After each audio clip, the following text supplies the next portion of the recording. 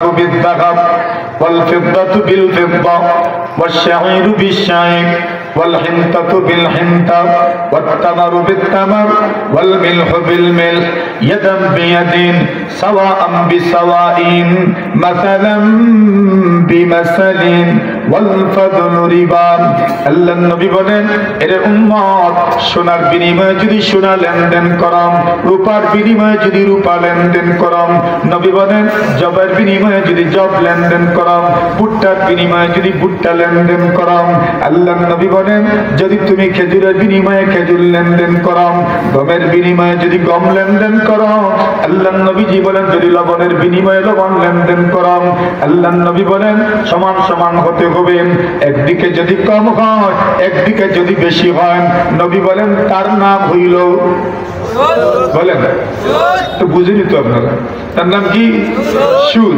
এখন এটাকে আমাকে বুঝাইতে হবে কি অর্থ এর রাসূল বলছেন সোনার বিনিময়ে সোনা অর্থাৎ সোনাকে আপনি পণ্য বানাইলেন সোনাকে আপনি মূল্য বানাইলেন একদিকের সোনা এটা পণ্যের মতো আপনি বিনিময়েও সোনা দিলেন বাইউল আইনি বিল আইন অর্থাৎ বস্তুকে বস্তুর বিনিময়ে লেনদেন করা এটা এক ধরনের বেচা কেনা মনে করেন আপনি আলুর বিনিময়ে আলু লেনদেন করলেন সহজ করে দেই মনে করেন আপনি লবণের বিনিময়ে লবণ লেনদেন করলেন এটা তো হাদিস শরীফের মধ্যেই আছে মনে করেন আপনি খেজুরের বিনিময়ে খেজুর লেনদেন করেন রাসূল বলছেন এমন যদি হয় খেজুর এক দুটো দিকেই খেজুরের বিনিময়ে খেজুর লেনদেন যে নাকি কিনছে সেও খেজুর দিচ্ছে যে নাকি বিক্রি করছে সেও খেজুর দিচ্ছে দুজন খেজুর দিচ্ছেন মূল্যও খেজুর আপনার পণ্যও খেজুর এটাকে বাইউল আইন বিল আইন বলে রাসূল বলছেন সমান সমান থাকতে হবে একদিকে যদি কম হয় একদিকে যদি বেশি হয় তার নাম সুদ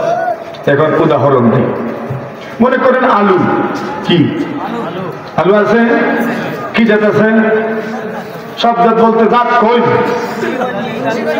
মুন্সিগঞ্জি ভুলাগঞ্জি রাজশাহী দেশি ঠিক আছে নি না আর আছে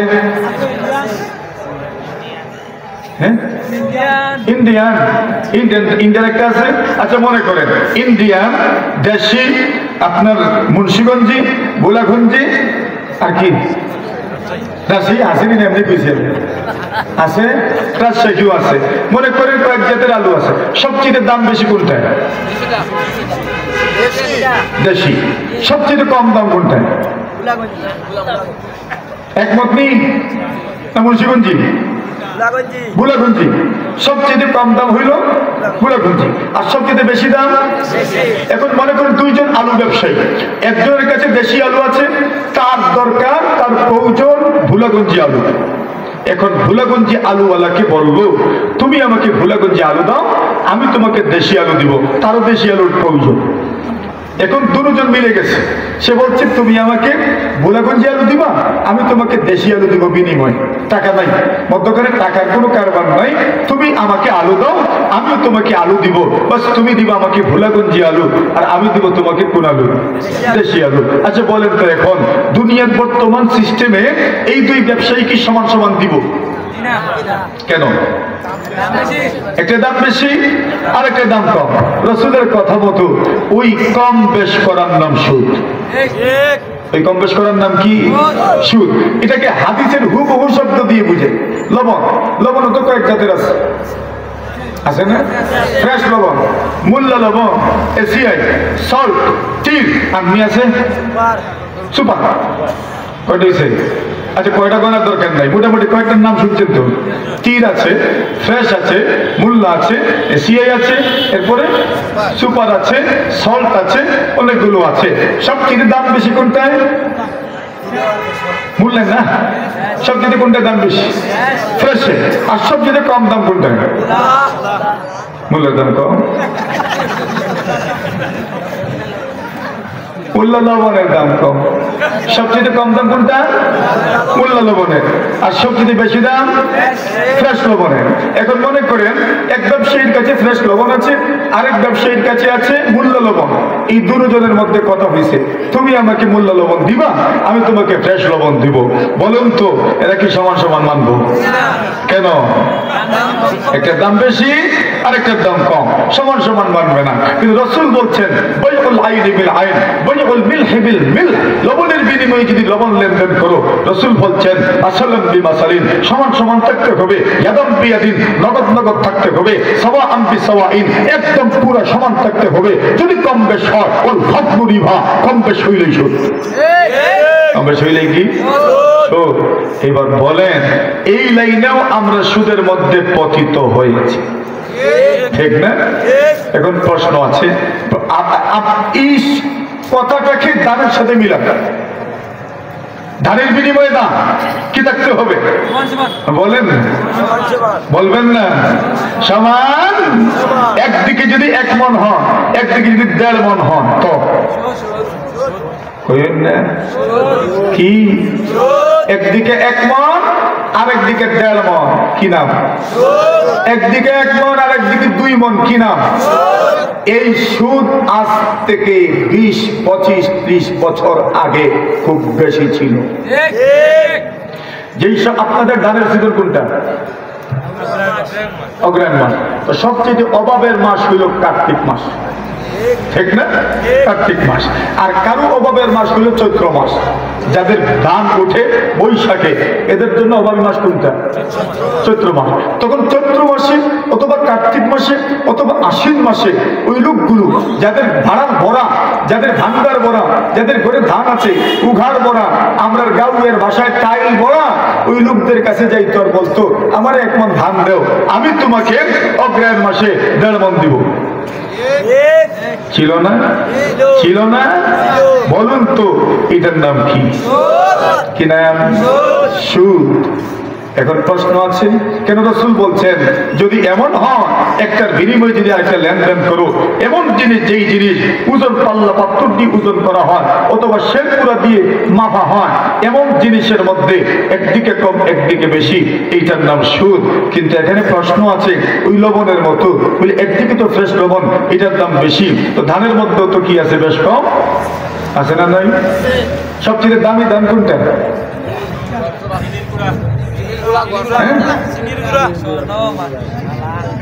মালার দাম কম। চিনির গুঁড়া, ফাইজল, দামাদের মুখ, বাদশার মুখ, বেগুন বিচি, এটার দাম আছে নি?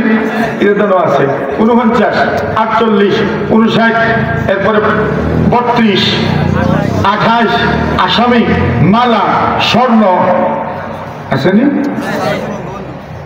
বঙ্গবন্ধু কে বলেছে? 71। আচ্ছা, এখন মনে করেন সবচেয়ে দামি কোনটা? একটা মনে করে নেন, মনে করেন চিনির গুঁড়া। আর সবচেয়ে কম দাম কোনটা? খইয়া 11। মানে এটার নাম, এটার নম্বর 14 আছে।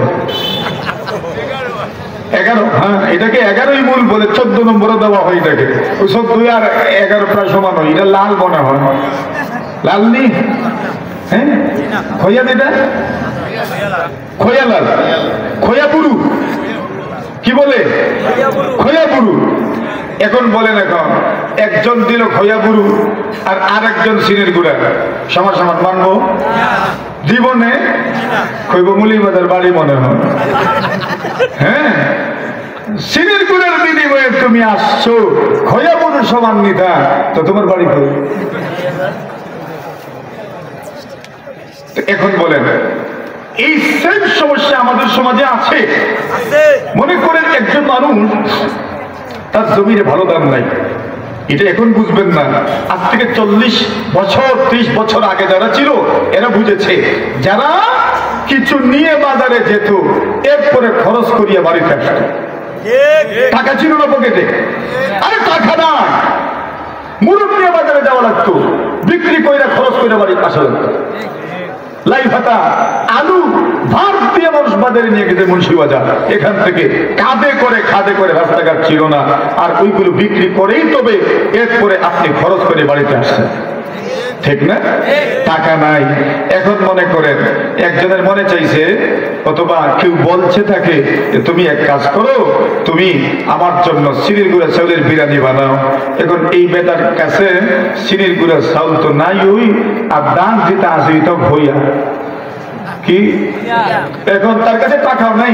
এবার বলেন ওই লোকটা চিনির গুঁড়া চাউল কিনবো কি দিয়ে? টাকা তো নাই। তো দান দিয়া দান যদি নেয় আর বলে ও ব্যবসায়ী সাহেব আপনি দিলাম আপনারে 2 ফুরা খইয়া দেন আমার 2 ফুরা চিনির গুঁড়া দেন, দিব? দিত না। তো দেয় না যদি, তাহলে তার আপনার আশা কেমনে মিটবো যে আমার আশা ছিল চিনির গুঁড়া চাউলের বিরিয়ানি, আর যদি বেশি খয়া চাউল দেয় আর কম চিনির গুঁড়া চাউল আনে তত সুদ হয়ে যাবে। এমন একটা প্রশ্ন আসে না? হ্যাঁ, এই প্রশ্নের সমাধানও আছে। আল্লাহ নবীর যুগে সাহাবায়ে কেরাম ওই প্রশ্ন করেছিলেন। নবীর যুগে নবীর দেশে তো খেজুর আছে, কি আছে? খেজুর। যারা আরব ছিলেন অথবা আরব সম্পর্কে মোটামুটি ধারণা আছে, আপনাদের জানা আছে খেজুরের অনেকগুলো কোয়ালিটি আছে। কিছু খেজুর খুব উন্নত মানের, কিছু খেজুর আছে একদম মধ্যমানের, আর কিছু খেজুর আছে একদম নিম্ন মানের। আল্লাহ নবীর কিছু কিছু সাহাবায়ে কেরাম এদের কাছে উন্নত মানের কোনো খেজুর ছিল না, এদের কাছে নিম্ন মানের খেজুর থাকতো। সাহাবায়ে কেরাম নবীজির কাছে গেলেন আর বললেন, ইয়া রাসূলুল্লাহ, আমাদেরও তো মনে চায় উন্নত মানের খেজুর আমরা খাবো, কিন্তু আমরা তো উন্নত মানের খেজুর যখন কিনতে যাই পকেটে তো টাকা নেই, আমাদেরকে খেজুরের বিনিময়েই তো খেজুর কিনতে হয়। এখন যেই পরিমাণ নিম্নমানের খেজুর আমরা দেই এর সমান উন্নত মানের খেজুর এরা আমাদেরকে দিতে চায় না। আর আপনি তো বলেছেন খেজুরের বিনিময়ে খেজুর যদি লেনদেন করো, একদিকে যদি কম থাকে একদিকে বেশি থাকে তাহলে হয়ে যাবে সুদ। ওগো রাসূল, এখন আমরা না পারি সমান সমান দিতে আর না পারি আমরা উন্নত মানের খেজুর খাইতে, ইয়া রাসূলুল্লাহ এবার বলুন না আমরা কি উন্নত মানের খেজুরের আশা নিয়ে কবরে যাইতেইব? আল্লাহ রাসূল জবাব দিলেন, বিইল জামবা বিদ-দারাহিম। মুসলিম শরীফের রিওয়ায়াত কিতাবুর রিবা। আমি মোটামুটি মুসলিম শরীফের কিতাবুর রিবার অনেকগুলো হাদিসকে এক করে দিয়েছি আপনাদের সামনে সহজ করে রাখতে। রাসূল আকরাম সাল্লাল্লাহু আলাইহি ওয়াসাল্লাম বলেন, বিইল জামবা বিদ-দারাহিম, তুমি প্রথমে তোমার কাছে মজুদ খেজুরগুলো তুমি টাকা পয়সার বিনিময়ে বিক্রি করো। তুমি প্রথমেই ওই খেজুরের বিনিময়ে খেজুর আনতে যেও না, তুমি ওই খেজুরগুলোকে টাকা পয়সার বিনিময়ে বিক্রি করো। এরপরে ওই টাকার মাধ্যমে যতটাই উন্নত খেজুর মিলে এতটাই তুমি বাড়িতে নিয়ে আসো, উন্নত মানের খেজুরও খাওয়া হবে, সুদ থেকেও বাঁচা হবে। কথা বলে। সুতরাং এই অজুহাতে, এই খোঁড়া যুক্তিতে সুদকে হালাল করার কোনো অবকাশ ধরে বলে নাই। এটা হলো এক ধরনের সুদ। আমাদের সমাজে আরেক ধরনের সুদ আছে, কইতাম নেই? হ্যাঁ, বলে হুজুর এতটাই কইলি শোনার বাকি রাখলাই কিনা। আরেক ধরনের সুদ আমাদের সমাজে আছে, এই সুদ হইল কর্জের সুদ। কিন্তু এই কর্জের সুদটি স্বাভাবিক নয়। মনে করেন এককালীন কিছু টাকা আপনার কাছ থেকে কেউ ঋণ চাইল, আপনি তাকে এককালীন 50,000 টাকা ঋণ দিলেন আর শর্ত জুড়ে দিলেন 1 বছর পরে আমাকে 50,000 তো ফেরত দিবা, সাথে আরো 10 মণ ধান দিবা। নাই মনে হয়? তো বড় নিরাই বুঝছেন যে আছে। এটাকে কি বলে? আমাদের গ্রাম দেশে কি বলে? ধানুয়া। ধানুয়া কি বলে? ধানুয়া বলে। এটাকে আমাদের গ্রাম দেশে বলে ধানুয়া। এটাকে সুনামগঞ্জে এবং হবিগঞ্জে বিভিন্ন জায়গায় আরো এবং সিলেটের বিভিন্ন অঞ্চলে লগনি বলে। কি বলে? লগনি বলে। আর আমাদের সমাজে কি বলে? ধানুয়া বলে। আল্লাহ রাসূল বলছেন, কুল্লু কবদিন জাররান নাফআন ফাহুয়া রিবা। রাসূল বলছেন, যেই ঋণ মুনাফা নিয়ে আসে, যেই ঋণের মাধ্যমে মানুষ বেনিফিটেড হয়, যেই ঋণের মাধ্যমে মুনাফা আসে, রাসূল বলছেন ওই ঋণটাই যেন সুদ। নাউজুবিল্লাহ বলেন। সুতরাং এই ধরনের লেনদেনও কি বলে? বলে এই ধরনের লেনদেনের সুদ। এখন কথা হইল, তাহলে করজ যে দিবে কোনো বিনিময় আনবে না, না কোনো বিনিময় নিয়ে আসবে না। কিন্তু আমাদের সমাজের যারা করজ গ্রহিতা, যারা ঋণ গ্রহিতা, যারা ঋণ গ্রহণ করে, যারা ঋণ আনে, এদের মধ্যেও অনেক গ্যাপ আছে, এদের নৈতিকতার পদস্খলন আছে। আছে না? ঋণ নে, কিন্তু শেষ পর্যন্ত আপনি যখন তার কাছ থেকে ঋণ আদায় করতে চাইবেন তখন আপনাকে প্রশ্ন করবে, এমন কি তা দরকার বললো রে ও? জুড়ে দুনিয়াতে মনে হয় আমরা দেশই একমাত্র ঋণ চাইতে গেলে জিজ্ঞাসা করে দরকার কিনা তোমার? জিজ্ঞাসা না নিতে কিতা জিজ্ঞাসা দরকার কিনা তোমার? এত দরকার পড়লো কেন? বাপরে বাপ, তুমি তার কাছ থেকে টাকা আনলা, সেটা তোমাকে জিজ্ঞাসা করবে এত টাকা তুমি ঋণ আমার কাছ থেকে চাচ্ছ, তোমার কি দরকার?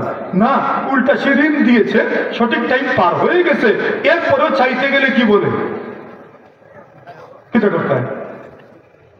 আর না হয় বলবে আমি কিটা যাই আর গিনি, তুমি আর রইরাই কইতে,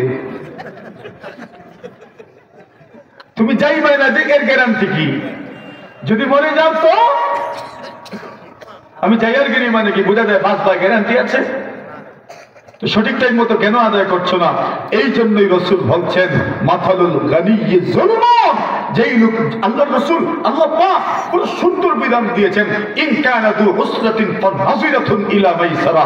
আল্লাহ বলছেন যদি সত্যি বাস্তবিক অর্থে যদি ঋণ আদায় করার সক্ষমতা তার থাকে না, আল্লাহ বলছেন তোমার নৈতিক দায়িত্ব হচ্ছে তাকে আরো সময় বাড়িয়ে দেওয়া। সুবহানাল্লাহ বলেন। কিন্তু যদি তার ঋণ আদায় করার সক্ষমতা থাকে, এরপরও যদি ঋণ আদায় করে না, রাসূল বলছেন এটা জুলুম। দেখি জুলুম, জুলুম কি শুধু থাপ্পড় দিলেই হয়? না, সঠিক টাইম মতো যদি ঋণ আদায় করেন না, এইটার নামও কি জুলুম। রাসূল বলছেন ইত্তাকি দাওয়াতাল মাজলুম ফাইন্নাহু লাইসা বাইনাহু ওয়া বাইনাল্লাহি হিজাব। মাজলুমের বদদুয়া থেকে তুমি বেঁচে থাকো, কারণ মাজলুম যখন আল্লাহর কাছে দোয়া করে, আল্লাহ তার দোয়া দ্রুত কবুল করে নেন।